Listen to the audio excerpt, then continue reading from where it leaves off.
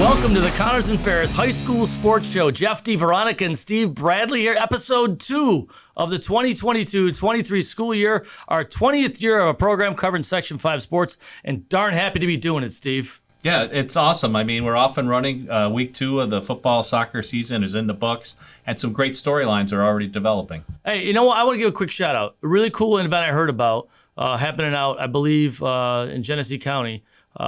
Dash in the Dark. Have you ever heard about that? Yeah, Friday night? Oakfield, Alabama cross country meet, right? Where was it again? Was it Oakfield, Alabama? Thank you, Keith.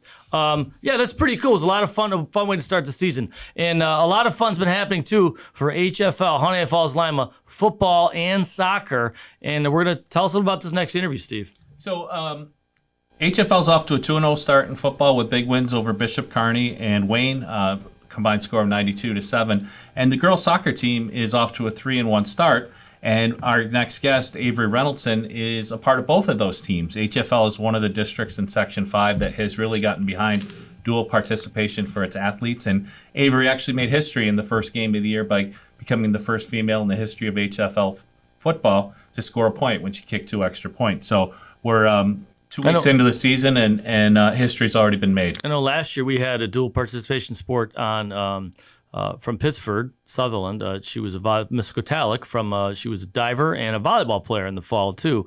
And being a diver is a little different than being on, Avery's part of 2 teams. Being a diver, you're kind of more individual. So interesting dynamic of being on 2 teams. So let's bring on the crew from Honeoye Falls, Lima, the Cougars.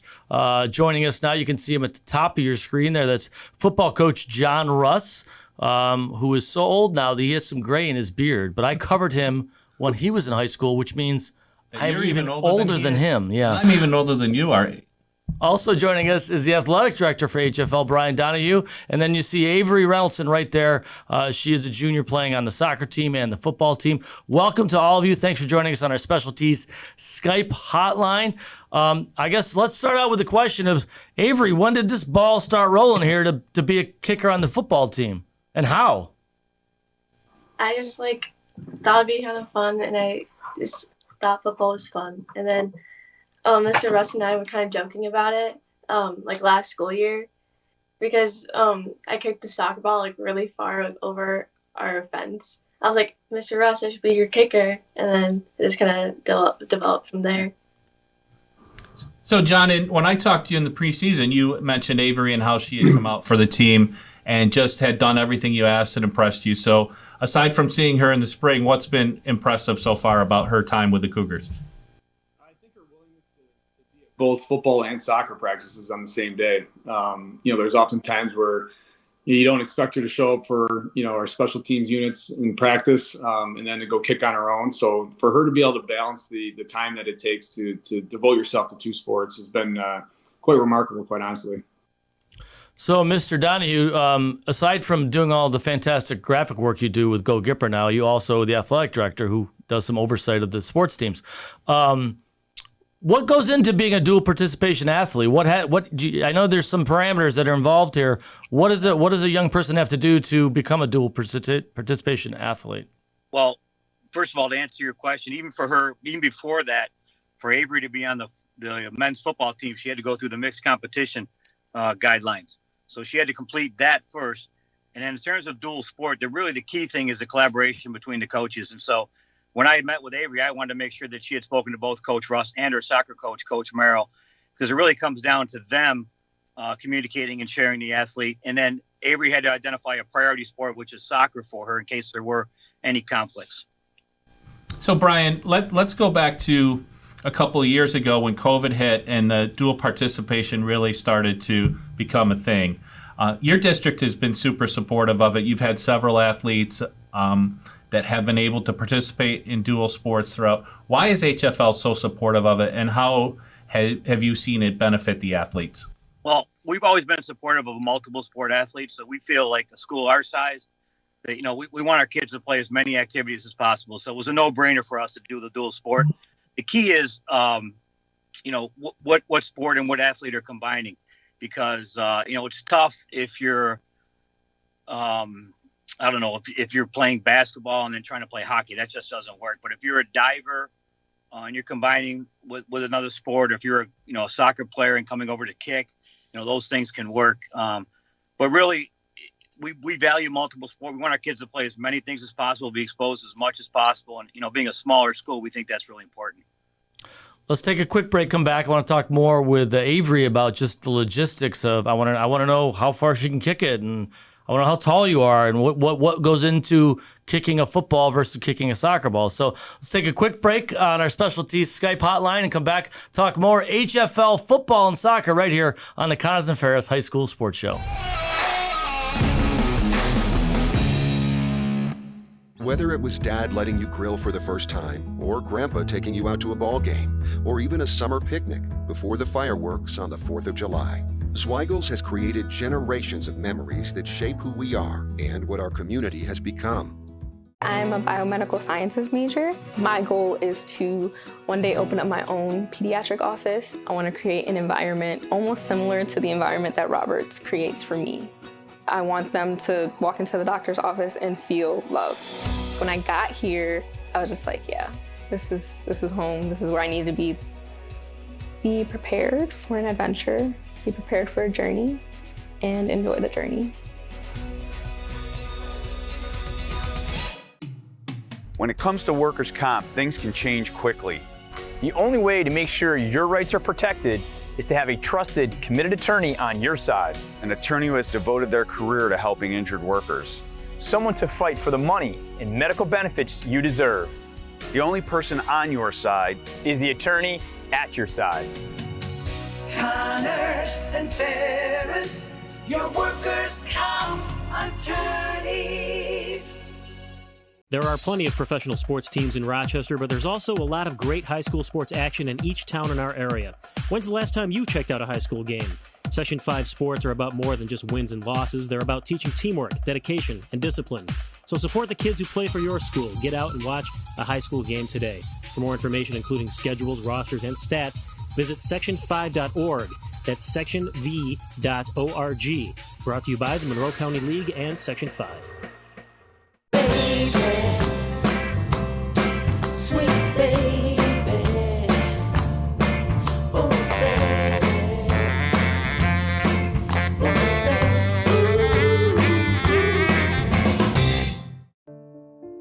Whether you come here as a 6th grader or a 9th grader, you have to spend your 4, 5, 6 years here and just get involved in so many different things. And then you're going to go out and set fire on the earth. When you get through McQuaid Jesuit, you're not going to fail when you get out in the world.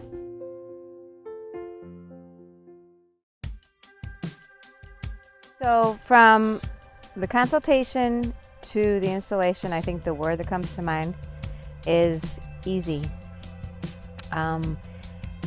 I've talked to a lot of people where their renovations have been nothing but headaches, and this was never a headache. It was easy. From the moment Marty came and talked with me about all the options and about all the process, he was so easy to talk to. It was like talking to an old friend.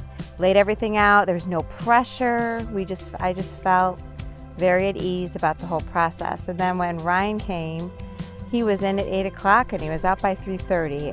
It was incredible. And with the supply chain issues right now, the one thing that I loved the best about Bath Fitter was that they do all of their own production and then they also do their own installation. So it was a quick process.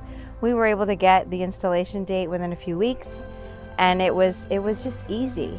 And we are so thrilled with our brand new gleaming tub. So we couldn't be happier.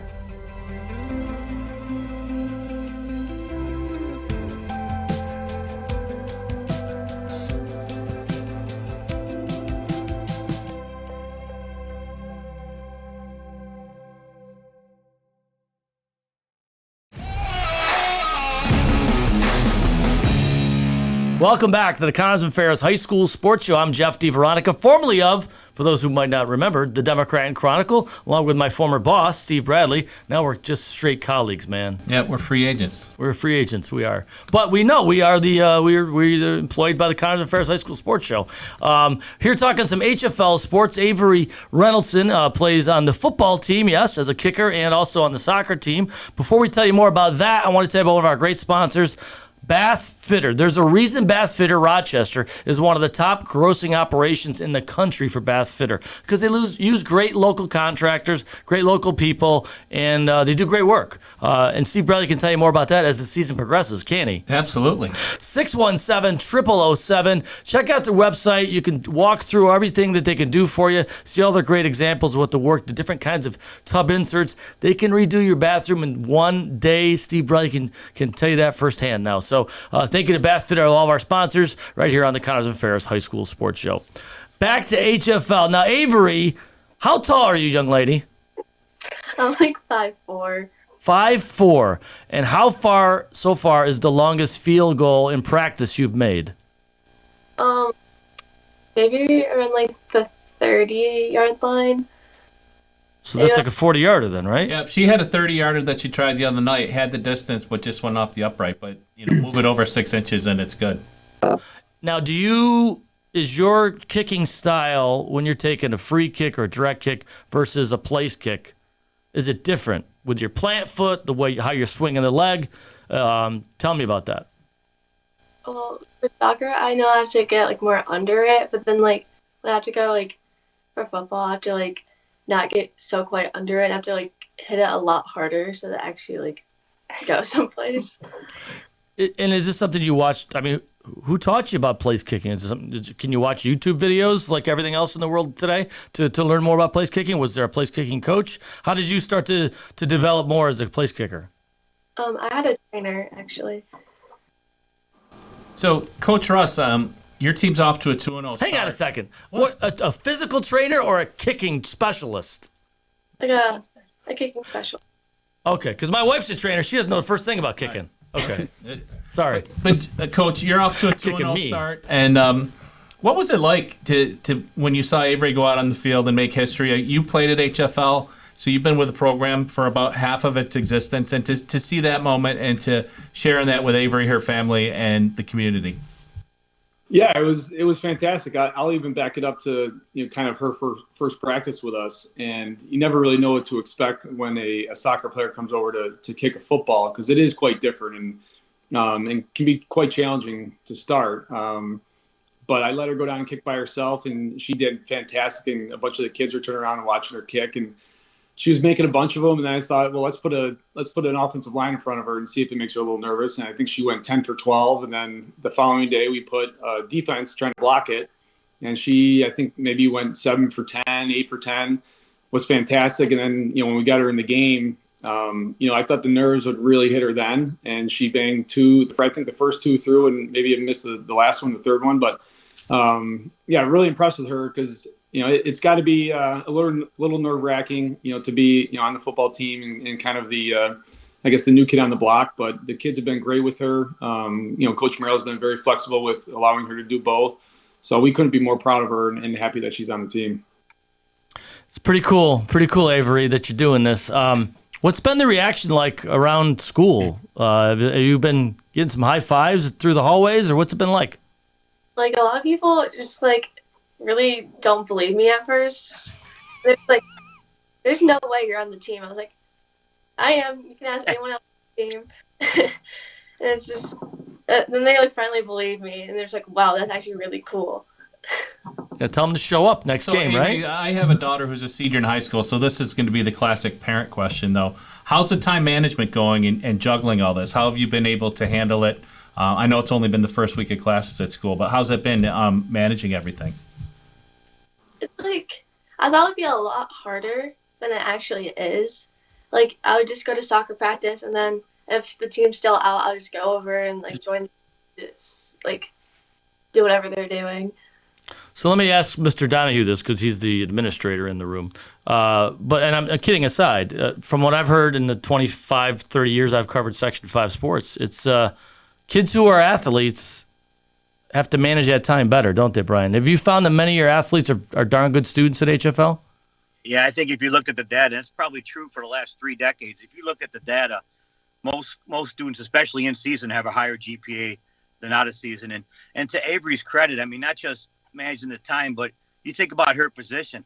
It takes courage to be a kicker. It takes courage to be a female on a male sport and to be able to do 2 sports. So she obviously has those traits. So I want to ask that story John talked about earlier about trying out other kickers. Yeah. Were you going to go there? Yeah, Coach, I mean, special teams are such a big part of what you do. And you said you've been blessed with good kickers during most of your tenure. But sometimes you have to go to great lengths to figure out that position, don't you? Yeah, last couple of years with the dual sport, we've had some kickers that ain't been able to play both for us. Then years prior, we've been very fortunate to have some good kickers, but there was certainly one year where we didn't have a kicker, and I lined everybody up, all 35 guys, 20-yard line, and one by one, I had them kick an extra point, and I didn't care if it went in, but I just wanted to see if they looked like it was something we could work with. And all 35 kids failed, and luckily, a kid, Sam Valeni, that was walking the hallways, not playing a fall sport, that one of our buddies, our teammates, said that he could potentially kick. We brought him in the next day. I saw him kick one ball. I said, "Yep, you're our kicker." And once he got his 10 practices in, I think he was eligible for week 3, and he was our kicker. So it certainly can be a tough position to play. And like Mr. Donohue said, it's tough. It's to be a kicker is one thing, because everybody's watching you and everybody's expecting you to make that field goal or that extra point. And sometimes it brings more pressure than perhaps being the quarterback. So you, John, were actually both the kicker and the quarterback when you were a player at HFL, and you grew up playing soccer. But you had to choose, and as a freshman, you chose to go the football route. What would you have done if maybe you had the chance to do both back in your days as a student athlete? Yeah, I loved it. I loved the game of soccer. Anything that I was playing, I fell in love with. I opted just to switch to football because I like the physicality portion of it. But if I had the chance to play both sports in high school, I definitely would. Obviously, I think football would be my main sport, but if there were games where, I could go play soccer, I would love to do that. Avery, has anyone told you that? I know there's another young lady from Batavia, Julia Petrie, is a kicker too. Have you heard that name before? She's been doing it I think she was doing it last year too. Have you heard that name, or any chance maybe you've talked to her at all about this? I've seen her play, but I never really knew her name. And I thought that I just liked her. I was like, I just kind of wanted to get in touch with her, but I haven't. So it's pretty cool. Just probably on social media, right? The way it all works these days. In HFL and Batavia, they have had quite a history the last few years. They'll have a game in a few weeks where those teams are always looking out for each other. Avery, what about the historical part of this? There's only one person that can be the first to do something, and that's going to be you. How does that make you feel? Pretty cool. Well, we talked about being that person out there to try to win the game, right? And you're standing there almost like a soccer goal. You're out there, no one's behind you. It's all on you. How do you manage the nerves? Because Coach said he thought that maybe putting the defense in front of her in practice was going to shake her. How do you manage your nerves? Is it deep breaths? Do you close your eyes and visualize? Is there anything you do, any techniques that maybe another athlete could hear what you do and maybe help them? I just kind of just go out there. I just you know what? I'm just gonna kick this ball as hard as I can and hope it goes in and try to prove these guys wrong. I try to do it with my golf drives, and the harder I swing, the worse it is. So that's a super attitude, John. Maybe a quick bit about your team. 2-0, off to a good start. You've got a game coming up with Pale Mac, I believe, who is also 2-0 this weekend. What's gone right for the Cougars so far in the first 2 weeks of the season, and who have been some of your standout players? Yeah, I think the kids put a lot of work in the summertime, like a lot of the Section 5 teams. But a kid like Andrew Wanzenreed, who's a junior for us, is playing great football. Matt Meacham, obviously our quarterback. But defensively, we're playing very, very well. And we stress fundamentals and doing your job. And the kids have done just that. So, to start the way we have has been very exciting. But obviously, we have a long way to go, and we have to continue to get better. I think that Mr. Bradley, our HFL expert here on the show, said the Cougars have forced 8 turnovers in the first 2 games. So you better be winning 90-something to 7 with those kind of turnovers, Coach Russ. Anything else? One more for Brian. Going back to the philosophy about dual participation, do you have a general idea, Brian, about how many kids you've had that have been able to do this in the last couple of years, and is this a growing trend that you see continuing? I think with the stories like Avery's, it'll be a continuing growing trend. We actually had an athlete during the COVID year play 5 sports. That's never happened at HFL. Reese Joint. So I do think I think one of the things I'm really proud of is the collaboration among our coaches, the ability to communicate with each other, because that's really key so the student doesn't get caught in the middle and have success and be able to share athletes. And like John said, I credit Coach Mike Merrill and Coach Christy Merrill. They're both sharing athletes with other sports, and the ability to communicate and collaborate, I think, makes it successful. So, I would support it continuing. And Avery's story is a great one. It's a great example. Yeah, the Merrills, they know all about trying to collaborate and adjust time schedules. They're both coaches of varsity teams in the fall, and they have kids to manage too, their own families. So, well, listen, Avery, thanks for making some time for us. Wish you the best of luck moving forward in both of your sports. Thank you, young lady. Thanks for having me. Coach Russ, always good to see you. Keep hitting them straight on that golf course. And Coach Donohue, stop making me look so bad with all those graphics, those beautiful graphics coming off the HFL account, all right? Congratulations on another year of the show, guys. Really appreciate all you do. Thank you, sir. Thanks, John. Thanks, guys. Appreciate it. All right, for Steve Bradley and our producer, Joe Broad, my name's Chef DiVeronica. Thanks for watching us right here on Rock Sports Now on YouTube. Stick with us all season, and we're going to have some great interviews for you right here on the Cougars and Ferris High School Sports Show.